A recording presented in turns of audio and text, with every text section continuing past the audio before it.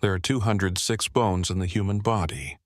Thomas Hale learned this by counting, not from a book. By the spring of 1847, he had found the bones of 17 people. Some were still together, but others were broken up by time and the Georgia dirt that tried to keep its secrets but failed. In the evening of March 11th, 1847, a stranger came to Belmonte Plantation with a leather satchel and a letter that had a broken wax seal that wasn't properly sealed again. Mr. Dalton, the supervisor, took the man straight to the main house without being questioned at the front gate like they usually are. When Thomas saw them go by, he was cutting back the bushes near the door. The man walked like he had been on a long journey, but his boots only had a day's worth of dust on them. This difference made Thomas keep his hands on the shears. The strange man said his name was Mr. Edmund Voss, and that he was a lawyer from Savannah, but his accent sounded like it came from further north. He told Colonel William Fairburn that he had come about a matter of in charge of serving drinks, could hear parts of their talk through the door that was only partially open. Voss was saying that the person who died didn't leave a clear will, but there are problems with the land transfer of 1839. There are questions about how the house was bought. Colonel Fairburn's answer was calm and measured. "Mr. Voss, I officially bought that land. All of the papers were properly filed." Of course, but the nephew of the person who died is contesting. He says it's possible that the sale was skewed too much. Mr. Gerard Finch, the previous owner, died abruptly soon after the sale. As Thomas poured water into the crystal glass, his hand shook a little. He was aware of the name Gerard Finch. He was sure of where Gerard Finch was buried.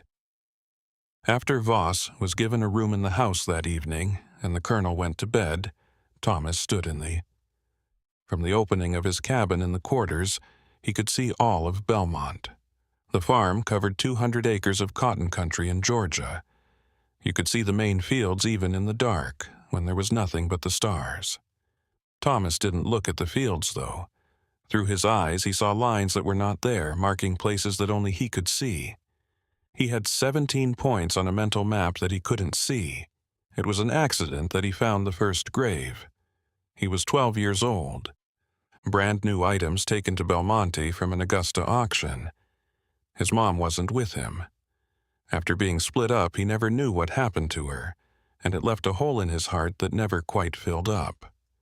The first grave was next to an old magnolia tree at the farthest edge of the property, where the farmland ended and the forest began. He had been putting in fence posts. They often put the new slaves through the hardest work and tested them when his shovel hit the ground, something that wasn't a root or rock. He carefully and quietly took off the cover and put it back on top of the bodies. He knew that finding a secret grave was dangerous, even when he was only 12. Someone had buried something they didn't want to be seen. But it wasn't the grave itself that scared him. It was the iron ring he found among the bones. A key ring with 7 keys that is damaged but still works. It was hidden in a tin box under the floorboard of his cottage. He had no idea why. Maybe because it was the first one. Real choice he'd made since getting to Belmonte was to keep something that belonged to someone who had died. In the spring of 1847, Thomas was 31 years old, although the plantation records gave his age as 28 when it wasn't right. There were a lot of these small mistakes. Slaves' dates were not always remembered or written down correctly. He had been a slave at Belmont for 19 years, longer than any other person there at the time. This length of time was rare, and Thomas knew that was suspicious in and of itself. It was known that Belmonte, a lot of people leaving.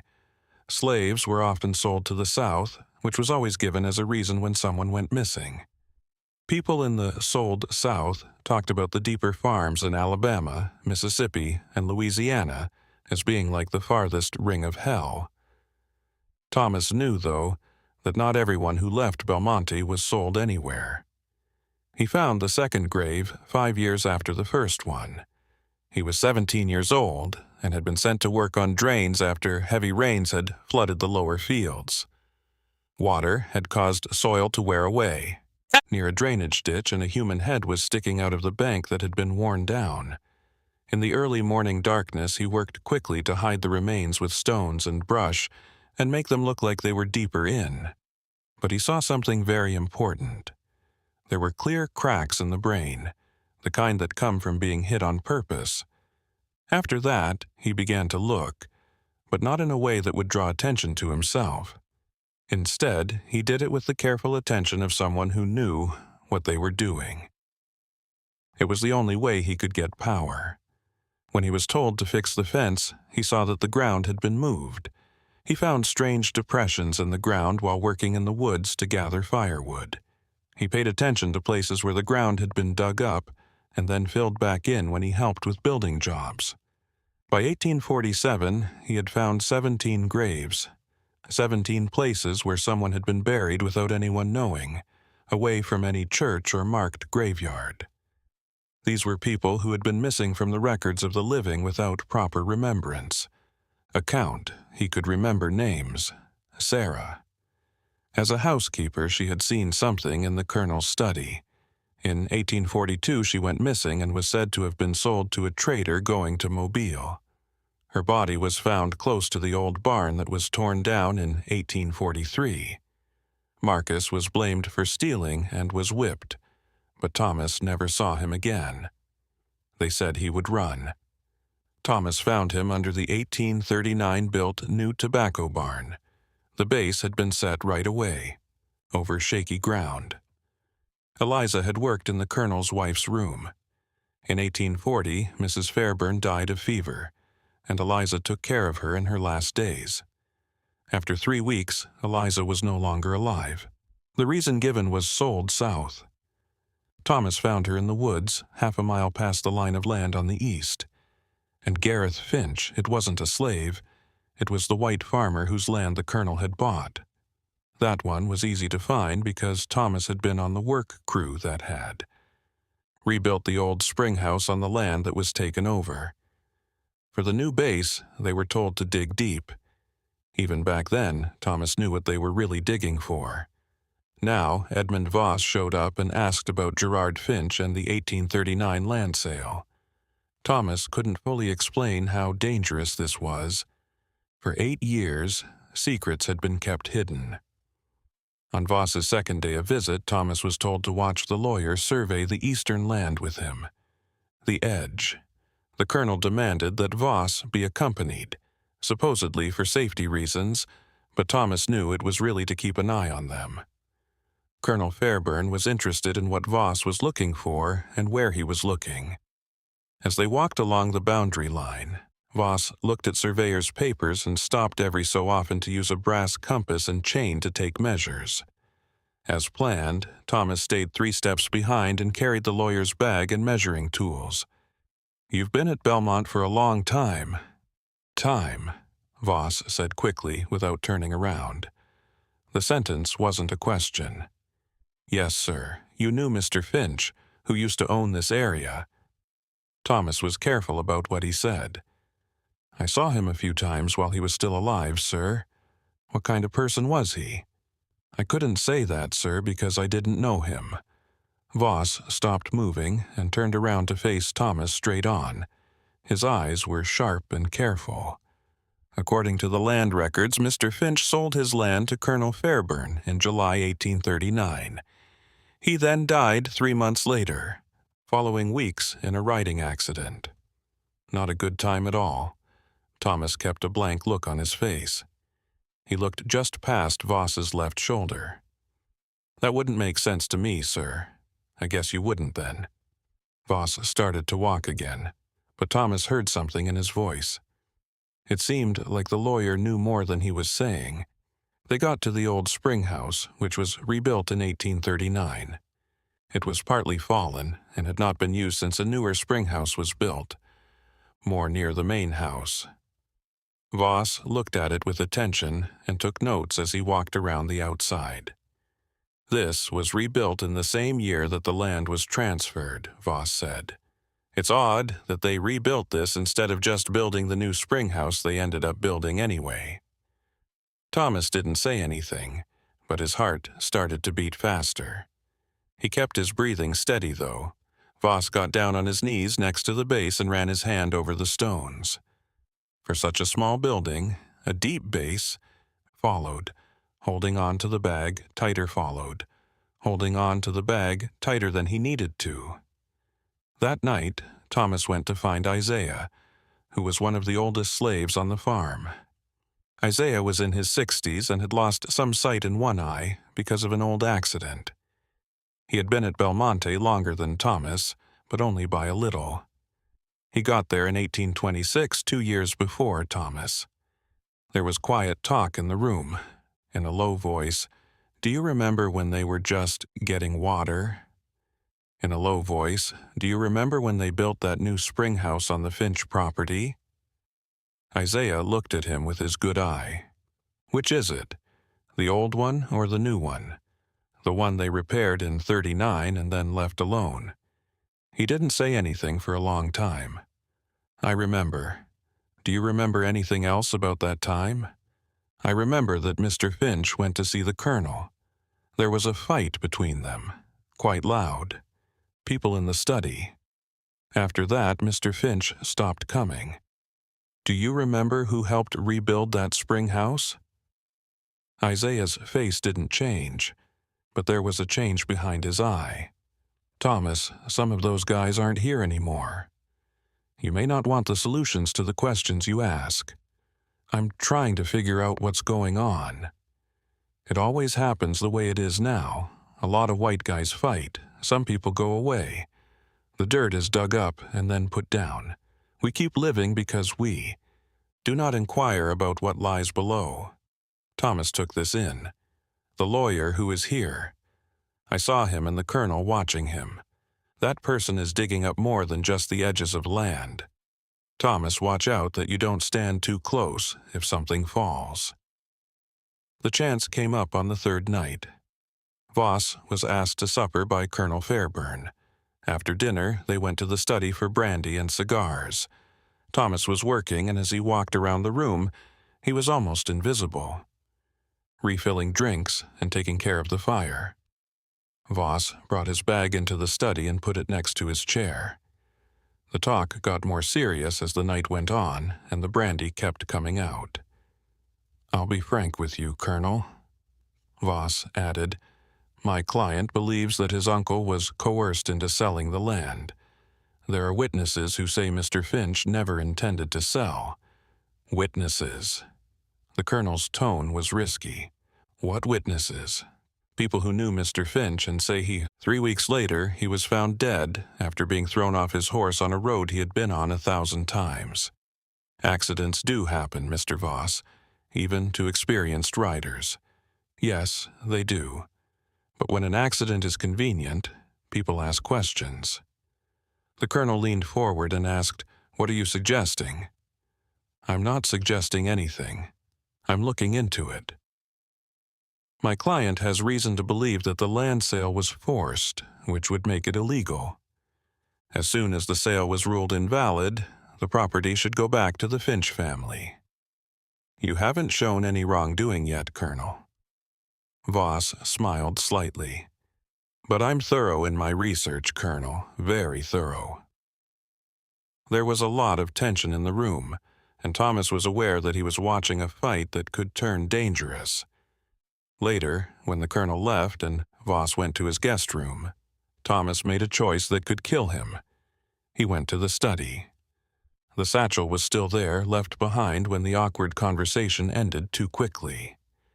Thomas opened it with shaking hands and found legal papers, letters, a journal, and a small leather-bound notebook inside. He couldn't read very well because he had learned some letters from a kind overseer's wife before she died, but he could make out some words and names like Finch, Fairburn, and Belmonte. But what stopped him in his tracks was a list in the notebook that had names, dates, and the.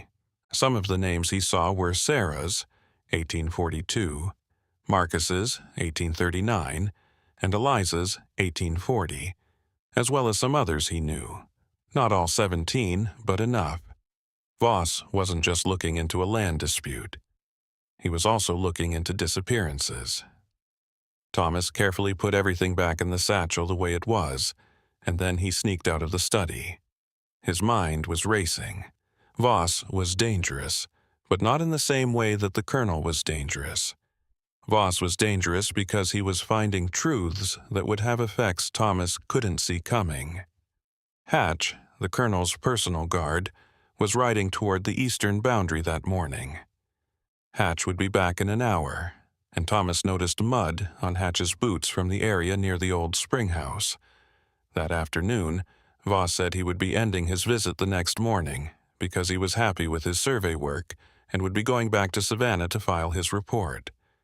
But that night, Thomas couldn't sleep because he felt like something wasn't right. The colonel had. Voss seemed relieved and almost happy when he talked about his upcoming departure. At midnight, Thomas got out of bed and made his way through the darkness of the quarters, past the other cabins, and toward the main house. The plantation was quiet, except for the sounds of animals at night and the barking of a dog in the distance. A light was burning in the study window, and Thomas crept closer, staying in the shadows. He could see the colonel writing at his desk. But what made Thomas's heart race? Would leave in the morning. But would he make it to Savannah? Or would there be another accident on the road? Another death that wouldn't make sense but was actually murder? Thomas couldn't make a choice because he was a slave and didn't have any legal rights or authority. If he tried to warn, no one would listen or believe him. If Thomas failed to warn Voss and Voss got away, he would be killed for betraying the group. There was no version of the story where Thomas acted and escaped death, but there were 17 graves, 17 people who had been buried in silence because no one had spoken, acted, or risked their lives to stop another death. Thomas thought about the key ring he'd found in the first grave, hidden under his floorboard for 19 years. It had 7 keys. He'd spent years wondering what they were for. He went back to his cabin and found where the keys were hidden. Then, like a ghost in the dark, he went to the main house. The colonel's study had a separate entrance from the side of the house where business visitors came in. Thomas tried the first key, but it didn't fit. The second key clicked into the lock quietly. The colonel had turned off the lamp and left the study, but moonlight coming in through the window lit it up. Thomas went straight to the big cabinet against the wall that he had seen the colonel lock many times. The third key opened it, and inside were ledgers. Thomas could only read numbers, but he knew what they meant. The ledgers showed payments, expenses, and transactions. There was another column with names and dates of special expenditures written in a different color ink. For example, he saw Gerard Finch's name next to a payment that was dated a week after Finch's death. There were also letters, agreements, and land deeds, and at the bottom of the cabinet was a small wooden box that could only be opened with the 5th key. Inside was women's jewelry, such as rings, brooches, and a locket. Thomas opened the locket and saw a small portrait of a young woman in a lock of hair. The inscription read, "To Eliza with devotion," and it was signed with initials. G.F. Gerard Finch had been seeing Eliza, but she wasn't the colonel's servant. Finch's own servant had been seeing Eliza. Finch's land, as well as the people he had forced to work for him, including Eliza, were given to the colonel when Finch died. Eliza then disappeared. The pieces were coming together to make a horrifying picture. The colonel hadn't just killed Finch for his land. He killed anyone who knew about it, could talk, or was a threat. The special expenses in the ledger, payments to people who had helped, or payments to make. Thomas was holding proof of several murders that happened over 8 years. It was proof that the colonel should be hanged, but Thomas couldn't show, use, or bring it to any authority because, in the eyes of the law, he was property, not a person. He heard footsteps in the hallway and stopped outside the study door. The handle started to turn, and Thomas instinctively closed the box, closed the cabinet, and dove behind the. While the door opened, Thomas saw the colonel walk in with a candle. He went straight to the cabinet, pulled out a key from his pocket, and took out the wooden box. The colonel stood there looking down at the box with a face that Thomas couldn't quite read, somewhere between regret and resolution. He then closed the cabinet, turned, and left the study, taking the box with him. Thomas waited, barely breathing, until he was alone. He snuck out from behind the curtain, relocked the cabinet and the study door, and ran back to his cabin. He didn't sleep. He sat on his bed holding the 7 keys, knowing that he had just seen the colonel getting ready to kill someone else. The box probably held evidence the colonel needed to get rid of before Voss left, but it meant the colonel was moving forward with his plan. As dawn came, Thomas made his choice. Voss getting his horse ready first thing in the morning. The lawyer was happy and whistling as he put his bag into the saddlebags. He didn't seem to be aware of any risk. "Voss, sir," Thomas said quietly as he came up behind them. Voss turned around, shocked. "Yes," Thomas said, making sure they were alone. "Sir, I need to tell you something." "It's not safe, sir, the road you're taking." Voss's face turned serious and sharp. "What do you mean?" "There's risk, sir. You shouldn't take the main road. That's all I can say. Change the way you're going." "What's the point of telling me this?" Thomas looked him straight in the eyes. "A breach of all social rules. For the simple reason that this land already has too many graves, sir. I don't need to know where the other one is." Voss gave him a long look. His nod came slowly. "Okay. To the east, sir. There's a back road that goes through Bower's land. It takes longer, but it skips the side roads and goes straight to Savannah. The woods are where the road gets lonely." "Thanks." Voss took out a piece of paper and a pencil from his coat. He wrote something quickly, then put it away. "Should something happen to me and I can't get to Savannah, this should be sent to the police in Augusta. Do you see that it does? If you don't let me go, sir, I get it. But maybe it could be put somewhere where someone walking by could find it and bring it to the person who needs it." Thomas took the folded piece of paper and saw that there were people who roamed between farms, carried goods, and preached. "I'll see what I can do, sir. What's your name?" "Thomas, please." "Thomas Hale." Voss looked at him very closely. "Thomas Hale, you're a brave guy, a lot stronger than most people." "I'm just sick of counting graves, sir." Following Voss's departure via the different path, Thomas went about his work. But his nerves were tense. Would the colonel find out that Voss had changed his plans? Would he have known Thomas had told him? It was painfully slow as the day went by. In a bad mood, the colonel yelled at everyone and paced around the house. By afternoon, it was easy to see why. Someone on a bike came back from the main road with news. Vase had not been seen on the path that was planned. No matter what the plan was, it didn't work. When the colonel looked around the property, he did so with cold calculation.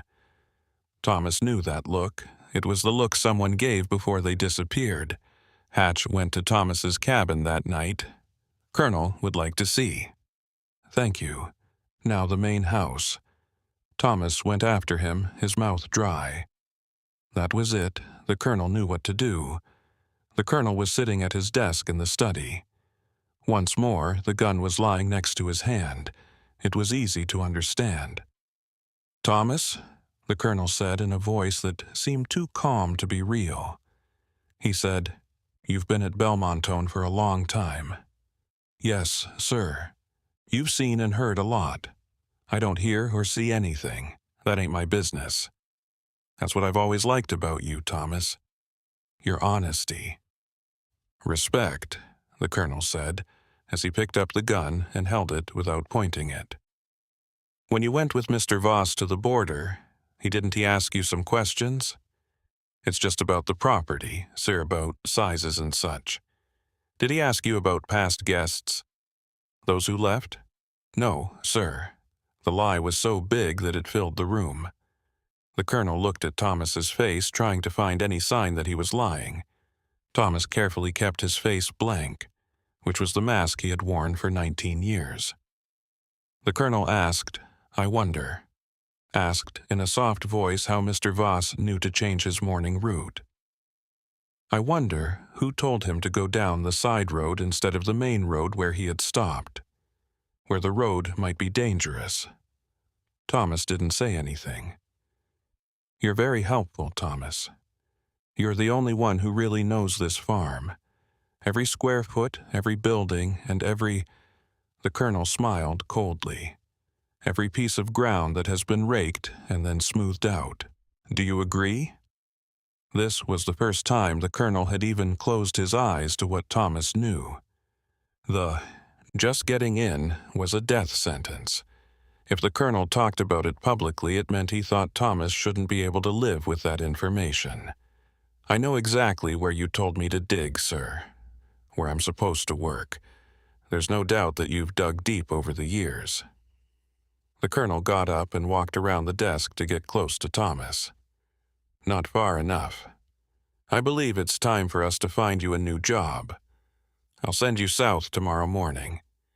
The sale has already been set up. You'll take them to a farm in Mississippi. South sold, the polite word for disappear." "Yes, sir," Thomas said in a low voice. "You'll leave early in the morning. Hatch will go with you to Augusta's trader stop. Take care of your business tonight." Thomas was kicked out. He walked back to his cabin with a lot on his mind. He was not going to get to Augusta. There would be a crash on that road somewhere. He might try to run. He might attack Hatch. Thomas Hale would become famous after the story was told. The 18th grave. But Thomas had one thing going for him. He knew it was going to happen. Thomas did not sleep. He made a map while sitting in his house. He drew better than he could write. On a piece of his blanket that was torn, he drew 17 spots on a rough sketch of Belmonte Plantation with charcoal from the fire. There were X's and names of the people buried at each site that he marked. Then he wrote laboriously in letters that he had learned on his own. "The earth thinks of Thomas Hale in 1847. He put the cloth around Voss's neck. I put both of the folded notes in a small tin box. After that, he went to Isaiah's house. The old man was awake, sitting by his fire. 'They're sending you away,' he said. 'No, it wasn't a question,' Isaiah said. 'Yes, you're not coming back.' Thomas gave him the tin box and asked, 'What do you need?'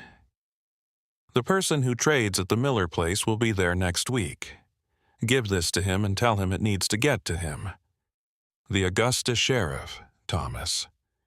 'You know what I mean, Isaiah. There will be no change if no one speaks. This will continue to happen. There are more graves and names. There are 17 now. I'll be 18 years old. After that, how many more?' Isaiah took the box, and his rough hands shook a little. 'If they find out, they'll kill me too. I understand. I'm sorry, but you're old. You have not as much time to waste as most people.' And maybe Thomas took a deep breath. It's possible that nothing can be changed. It's possible that everything will be buried with this. But we tried, at least someone spoke up. He took a look at the box. Then she looked at Thomas and said, 'My son's name was Marcus. Did you know that?' Thomas's heart sank. Marcus, accused of theft, disappeared in 1839, one of the 17. 'I knew,' Thomas said. 'Why did you count?' 'Because they wanted everyone to forget, and I couldn't let that happen.' 'Where is he?' 'In the north corner under the tobacco barn,' Isaiah asked. He closed his eyes and a tear ran down his cheek. 'Thank you for telling me and for remembering his name.' They sat there in silence for a long time. Two men who had lost everything but still had something to offer. At dawn, Thomas stood in front of his cabin with only the clothes on his back. Hatch was riding his horse with a gun across his saddle. Simmons, a trader, was waiting with a wagon. They tied Thomas's hands together, which is common for slaves being moved, and put him in the wagon. When they left Belmonte Plantation, Hatch rode with them. The road to Augusta would take most of the day. Thomas looked at the scenery and tried to remember it. The pine forests, the red clay roads, and the rising mist in the morning. He had lived at Belmonte for 19 years and rarely left the property. On what was likely to be his last trip, he saw Georgia as a free person would, as a beautiful place, even though bad things happened there. At noon, they stopped to water the horses, and Simmons went to relieve himself. "No point in either," Thomas replied. "No point in either," Thomas replied. "Smart." Hatch smiled. "I like that about you, Thomas. You accept reality." He lit a cigarette and looked at Thomas. "You've been talking to people and asking questions." "I haven't asked anyone anything. Question marks are bad, so that's good. People who don't know much about Belmonte tend to leave if. I think you get what I mean." Thomas got it right away.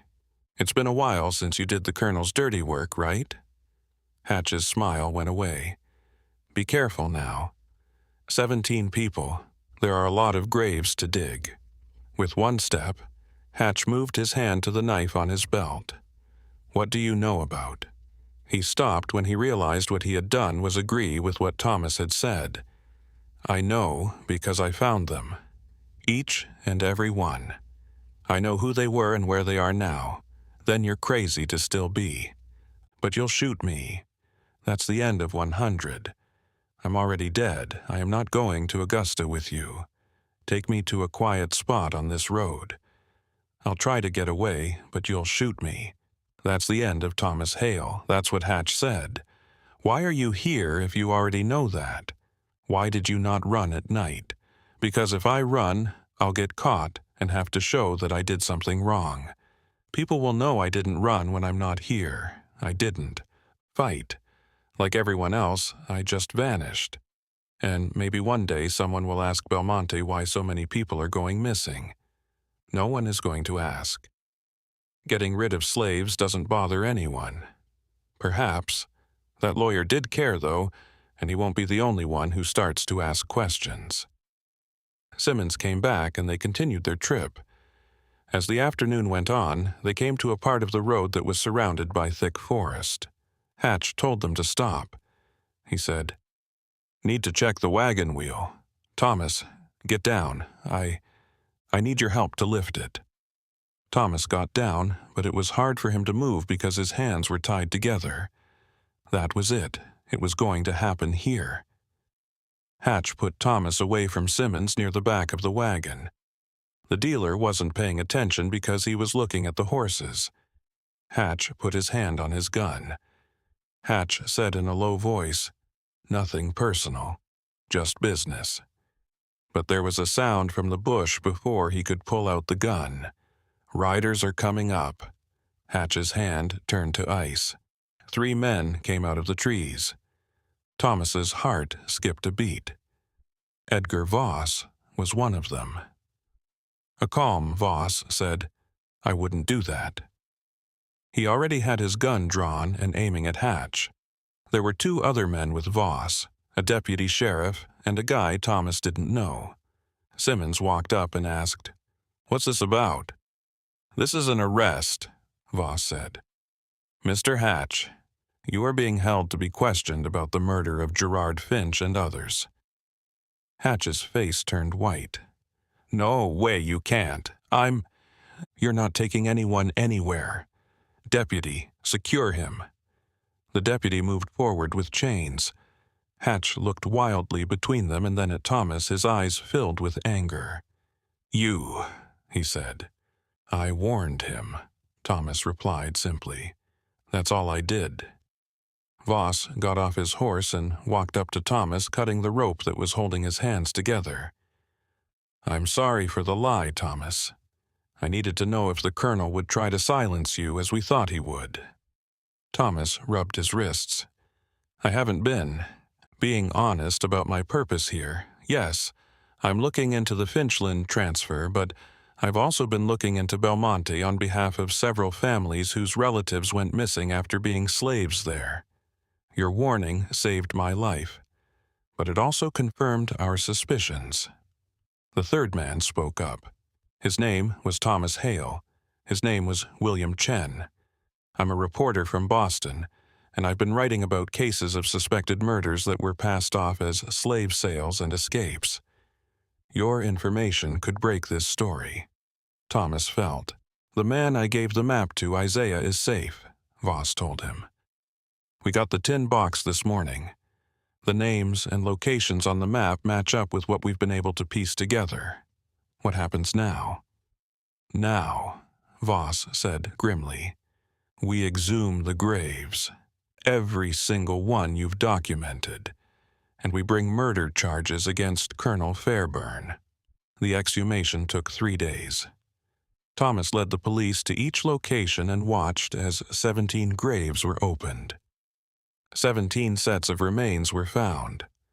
Some were slaves, some were free black people who went missing, and one was a white landowner named Gerard Finch. The physical evidence was very strong. Several skulls showed signs of trauma. Pieces of clothing, personal items, and jewelry were found that could be linked to missing people. In Gerard Finch's grave, they found a signet ring that his nephew immediately recognized as his. Colonel William Fairburn was arrested on the second day of excavation. He insisted that he was innocent, that he didn't know about any graves, that slaves always ran away, and that Finch's death was an accident. But the ledger from the colonel's study, which was found with Thomas's key, showed the pattern of payments and dates. Hatch, who was about to be hanged, agreed to testify in exchange for a lighter sentence. He talked about 8 years of murders and how slaves who learned too much or might report other crimes were killed in a planned way. Finch had been killed. The colonel was accused of fraud in a different land deal, and Eliza was killed because she was Finch's informant. The trial took place in Augusta in October 1847. It was a big deal. A rich plantation owner was accused of killing several people, including a white landowner. William Chen's newspaper articles made the story famous across the country, making it impossible to hide or dismiss. Thomas testified, standing in a courtroom and telling white people the truth. He talked clearly and methodically, describing each grave, each person, and each piece of evidence he'd quietly gathered over 19 years. The defense attorney tried to discredit him by saying that a slave's testimony wasn't reliable, and that Thomas might be acting out of revenge or fantasy, but the physical evidence backed up everything he said. The graves were where he said they were, and the bodies matched the descriptions. A rich white plantation owner was found guilty of murder and given the death penalty on November 3, 1847. The verdict shocked Georgia's plantation society. If a wealthy white plantation owner could be found guilty based on slave testimony and forensic evidence, what other secrets might the earth be hiding? Thomas stood in the cemetery at Belmonte on a cold December morning. There were 17 graves with proper stones on them. The names of the people who had died were written on them. Sarah, Marcus, Eliza, Gerard Finch, and the other people who had been buried in secret had had their lives erased from memory. The slaves of Belmonte had been sold to pay the colonel's debts and legal fees. Isaiah had been bought by a Quaker family in Pennsylvania who believed in gradual freedom. They had offered to buy Thomas as well to free him, but the legal issues were still being worked out. Edmund Voss walked up and stood next to Thomas at the graves. He's taking over Finch's property and Belmonte as well. He wants to sell Belmonte completely and has no plans to keep it. "What about the people who are still here?" Thomas asked. He agreed to sell them only to families who are committed to an eventual Manam mission. It's not freedom, but it's something. Thomas slowly nodded. And me, you're getting your freedom as a reward for your testimony. The paperwork will be finalized next week. Voss paused. I'm sorry it's framed as a... The system we have is based on reward rather than simple justice. I'll be free, Thomas said quietly, as if testing the word. What will you do? Thomas looked at the 17 graves. I've been thinking about that all those years. I was counting graves because I couldn't save lives, stop what was happening, or speak. But now he turned to Voss. Mr. Chen, the journalist, said he wants to write more stories about other plantations and other missing people. He does. He's asked for your help. I'll actually do it. I'll go to other plantations and search for what's hidden. I'll speak for people who can't speak. I'll count graves until there are no more graves to count. It's dangerous work, but I've been living dangerously for 19 years, so at least now I'll be dangerous for a reason. Voss smiled slightly. You know, when I met you for the first time, I saw a man who kept his eyes down and his mouth shut. I didn't know I was meeting the bravest person I'd ever meet. Memory. About how you remembered when memory. About how you remembered when everyone else forgot and how you marked the locations of the disappeared. I just did what needed to be done, Thomas replied. No, Chen replied firmly. You did what almost no one would have the courage to do. You documented atrocity when documentation could get you in trouble. Thomas looked at the 17 stones and said, It ain't enough. Justice for these 17 doesn't change the system that killed them. Don't free the thousands of slaves still being held. Don't stop the next colonel at the next plantation. Chen agreed, but it's a start. And every story we tell, grave we mark, name we remember is like a crack in the foundation. If there are enough cracks, the whole building might fall. Thomas Hale's freedom papers were found. He legally owned himself for the first time on December 15, 1847, when he was 31 years old. For the next 13 years, he worked with William Chen and other abolitionists, going to plantations across the South to look into suspicious disappearances and record hidden graves. His testimony helped bring 3 other plantation owners to justice and showed how slaves were being killed because they knew too much or threatened their owners' interests. Because of this, he was a target, and he survived 2 attempts on his life. There were attempts on his life, including one beating that left him with a permanent limp and constant threats, but he kept going because he remembered the 17 graves and believed that silence was complicity. When the Civil War started in 1861, Thomas joined the Union Army and worked as a scout and intelligence gatherer. He was very useful because he knew a lot about plantation geography and could read landscapes to see what was hidden. The war ended slavery, but Thomas's work didn't end. During the Reconstruction period, he helped freedmen find the graves of family members who had died in slavery. He marked the sites to keep memories alive and make sure that the disappeared were not forgotten. Thomas Hale died in 1889 and was buried in a small cemetery in Augusta, Georgia. His headstone was simple and plain, and it had an inscription that he had asked for. He remembered. But below that, words were added by people who knew his story to honor the 17 and all the others who had died. The land that used to be the Belmont plantation was split up and sold off. The main house, which was left empty, slowly fell apart. By the early 1900s, all that was left were 17 marked graves and the foundations of buildings that had terrible secrets hidden inside them. But the story lived on. William Chen's articles in abolitionist newspapers kept Thomas's testimony alive.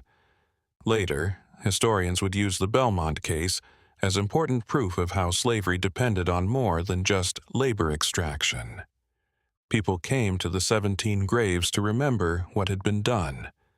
what had been hidden, and what one man's bravery had brought to light. Because Thomas Hale had done something amazing. He had looked at the ground and seen not just dirt, but people.